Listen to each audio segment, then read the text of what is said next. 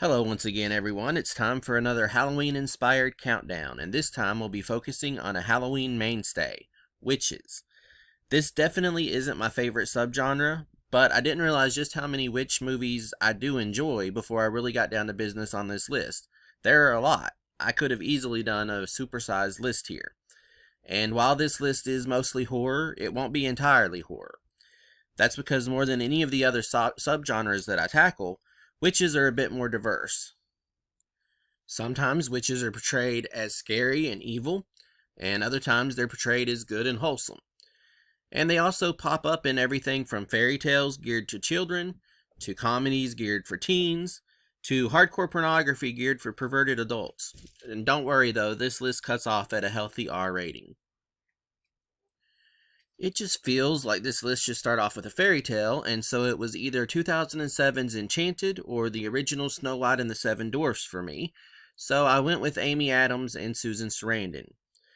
But actually, now that I really think about it, and looking at Amy Adams' red hair, I just realized that Ursula from The Little Mermaid is totally a witch, and that spell is basically the whole plot of the movie, so...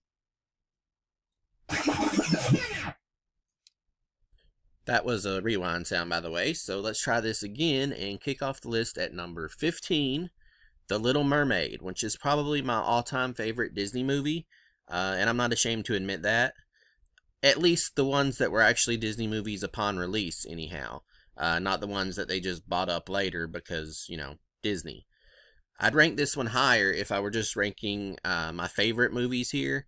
Just look at how cute Flounder is, for crying out loud. But since we're talking about favorite witch movies, 15 is probably fair.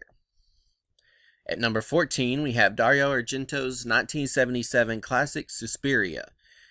This movie is, above all else, visually stunning, and at first I was worried that including it might spoil some big surprise because it doesn't really seem like a witch movie. But honestly, the soundtrack literally screams witch early on in the movie, so you should probably catch on to that plot twist that's coming up. Besides, can you really spoil a movie from the 1970s anyhow? There's got to be a time limit, right? Anyway, this movie follows Susie as she arrives at a German ballet institute, and weird things immediately begin happening. Deaths, strange voices, catty students and teachers, an illness, worm infestations, dog attacks. There's definitely something going on beneath the surface here, but it's the sight and sounds that set this one apart, with many considering it a masterpiece. It got the remake treatment in 2018, but that one won't be appearing on this list because I haven't actually watched that one yet. If you didn't know that gypsy curses are a real pain in the ass, then all you have to do is watch this movie. Sam Raimi's fun 2009 flick Drag Me to Hell stars Alison Lohman, Justin Long, and Lorna Raver as the witch, although she is never really defined to actually be a witch. That will probably make you turn your eyes away at least a couple of times here. I am just never ready for that scene where the woman gums the main character's chin. Sam Raimi, of course, is responsible for the Evil Dead franchise, and you can very easily tell because this feels like an Evil Dead movie, really. There are several Evil Dead Easter eggs and callbacks as well, including an appearance by Raimi's classic yellow 1973 Delta 88.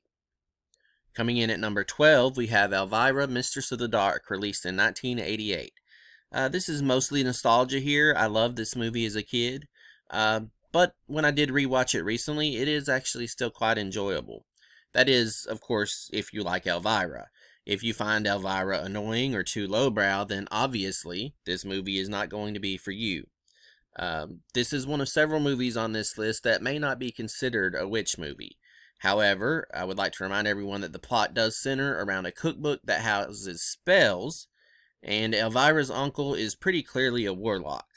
Also, there is a good old-fashioned steak burning too, so there. Apparently, Brad Pitt was almost in this movie, as one of the towny teenage boys who spend the entire movie ogling Elvira, but Elvira herself said it would be bad casting because Brad Pitt was way too good-looking, and her character would have no interest in Sad Sack Bob if Brad Pitt was around. If you have a quirky enough sense of humor and enjoy B-movies, then you should enjoy this one, and it should at least provide you with some pleasant dreams. Number 11 is 1999 surprise smash hit The Blair Witch Project. And this is also the mother of the found footage subgenre, by the way. This is one of those where it doesn't actually show a witch, but it's in the damn title, and they do show a glimpse or two in the remake, so it's definitely a witch movie. This is one of those that maybe doesn't hold up all that well with age, but I'm old enough to know just how big this movie was. The media coverage and marketing around this movie was insane, and really once in a lifetime. And while many people today strongly argue that this movie is not scary at all, I will admit that it did scare me way back in the day, especially the one moment where they are freaking out in their tent and suddenly you hear a baby crying out in the middle of the woods. It's simple, but it's chilling. And a lot of the people that say the movie didn't scare them are either lying or they didn't see it in the time period and, in the moment. We begin the top 10 with Midsommar, the 2019 film that made actress Florence Pugh covered in flowers an inescapable meme on social media. And this is another movie where a lot of people are going to say this isn't a witch movie. But witchcraft and pagan rituals overlap in so many ways, and I'd say that by far the most common spell used in witch movies is the love spell, and this movie has one of those. And the fact that it incorporates pubic hair as part of that spell is about as witchy as it gets, is it not? I will, however, concede that the movie isn't really about witchcraft. It's about loss, dealing with trauma, and bad relationships, but with a bunch of cult-like behavior and strange rituals thrown in. So, witch movie. While this movie never scared me at all, it did make me feel very anxious. The panic attack in the movie feels very real, and can make you feel like you're about to have a panic attack yourself. And the cliff scene is also very jarring, so trigger warning. At 9, we have the 2015 film The Witch. Now, I don't know exactly what this family did, but it must have been very, very bad. Of course, they are Puritans, so they look at even the smallest sins as explanations for anything terrible that happens to them. So, the daughter makes up a story to scare the twins speak to a goat, the son has impure thoughts about his sister, the father lies to the mother, and the mother feels like she can't love God as much after their baby disappears. So, it could have been any of these things. The acting in this movie is great overall, which is always a pleasant surprise when younger actors are involved.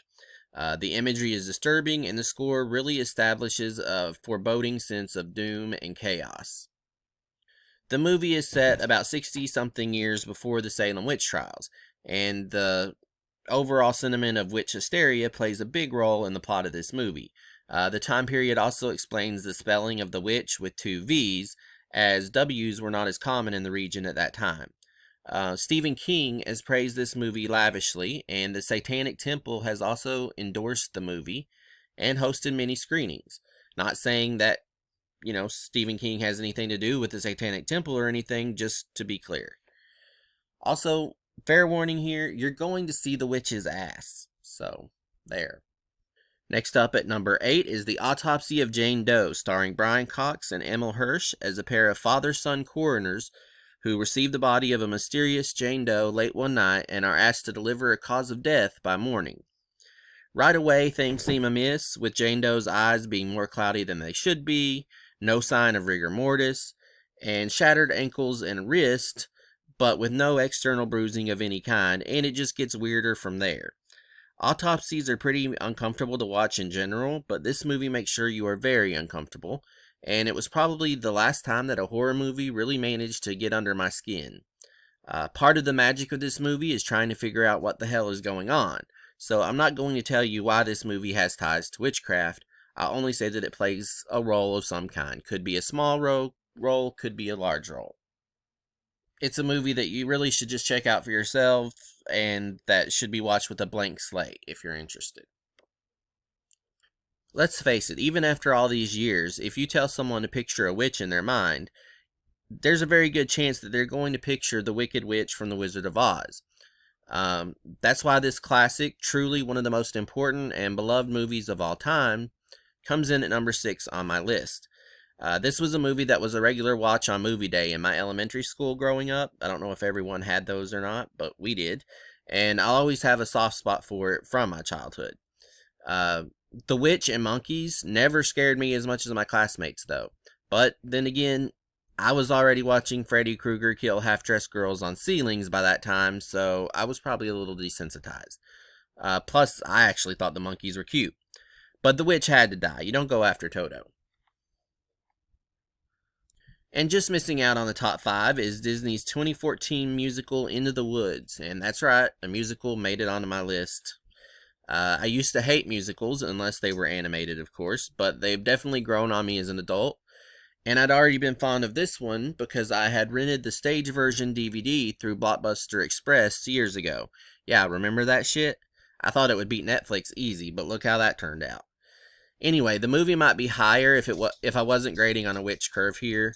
The witch is played by the legendary Meryl Streep, and she's great, but I prefer Bernadette Peters, who played the hell out of the role on stage in the DVD that I watched.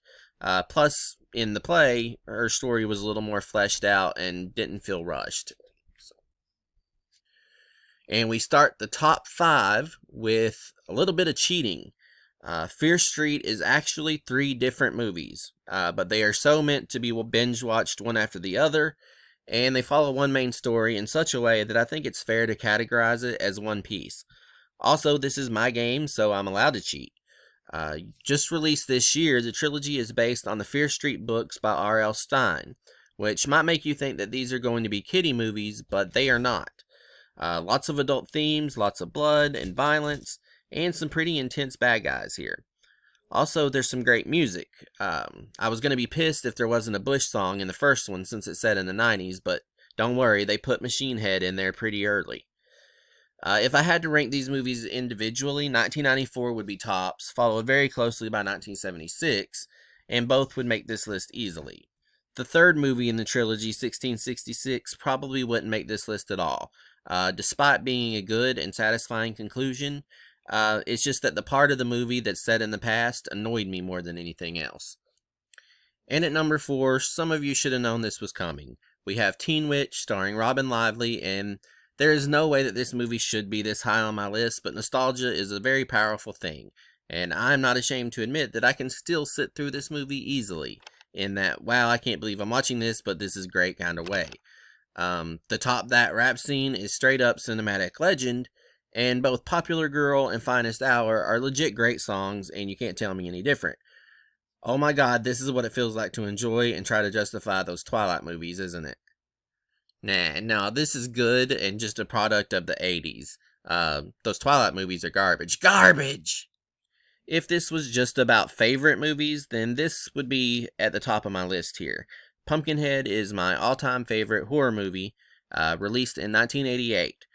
The only reason it isn't at the top of this list is that the creepy witch Haggis isn't really the focus of the movie. The demon that she conjures, of course, Pumpkinhead, is obviously the focus, and he's a spectacular demon with terrific creature design by Stan Winston, who also directed this movie. But Haggis is also terrific and would be my favorite witch if we were just grading the witches too, by the way. But since she's not central to the story necessarily, I couldn't put her at the top. Her voice is unforgettable, and ironically, those scenes with her in it actually scared me way more than the scenes with Pumpkinhead when I was a kid. And at number 2, and this was a close one by the way, is the definitive teenage witchcraft movie of the 1990s, The Craft. Neve Campbell, Fairuza Balk, and Rachel True play a trio of witches who find their missing fourth when Sarah, played by Robin Tunney, moves to town. As their powers grow, so too does the tension among the group as to just how far they should push things, particularly between Balk's impulsive Nancy and Sarah. On a side note, as their power grows, their clothes also seem to shrink. And I was a big fan of that back then, which isn't as creepy as it sounds because all 4 actresses were in their 20s at the time of filming this movie, and Rachel True was actually 29, so not creepy. The movie also features memorable turns from Skeet Ulrich and Christine Taylor, whose racist bullying in the movie stirred up a bit of controversy. There's also a bit of controversy in regards to racism if you listen to the stories of Rachel True, who was the only African American girl in the cast, and who always felt marginalized and alienated on set, not from the actors, but just from the overall being the only African American actress, really. and she wasn't included in a lot of the promotional materials and stuff the way that the other girls were, and she believed it was because she was black. Also, random bit of trivia that I wasn't aware of until just recently is that this movie was apparently the motivation behind Katy Perry's Dark Horse years later. And now it's time for my favorite witch movie, and it is 1993 family classic Hocus Pocus, starring Bette Midler, Sarah Jessica Parker, and Kathy Najimy as the iconic Sanderson sisters, who are accidentally brought back to life after 300 years and only have one night to complete a spell that will grant them immortal life. As an older brother, there was a 10-year gap between me and my brother. I could always relate to the character of Max here and the sibling relationship he has with his younger sister, Dani. Interestingly, Sarah Jessica Parker, who plays the seductive sister, would find out years later that she was a descendant of Esther Elwell, who was arrested for witchcraft but escaped with her life during the Salem witch trials.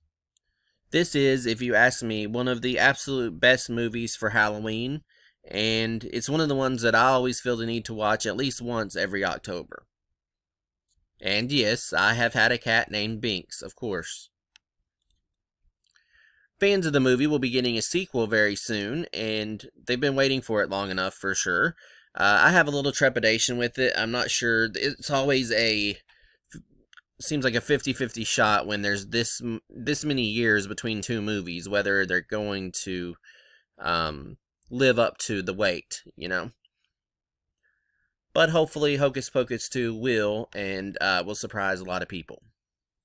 And that'll do it for my top 15 favorite witch movies. I hope you enjoyed the video. As always, be sure to leave a like, subscribe, or leave a comment about what you thought of my list, or what your favorite witch movie is. There's plenty of good ones that didn't make the cut for me, so feel free to explain what an idiot I am for not including them. Happy Halloween, everyone.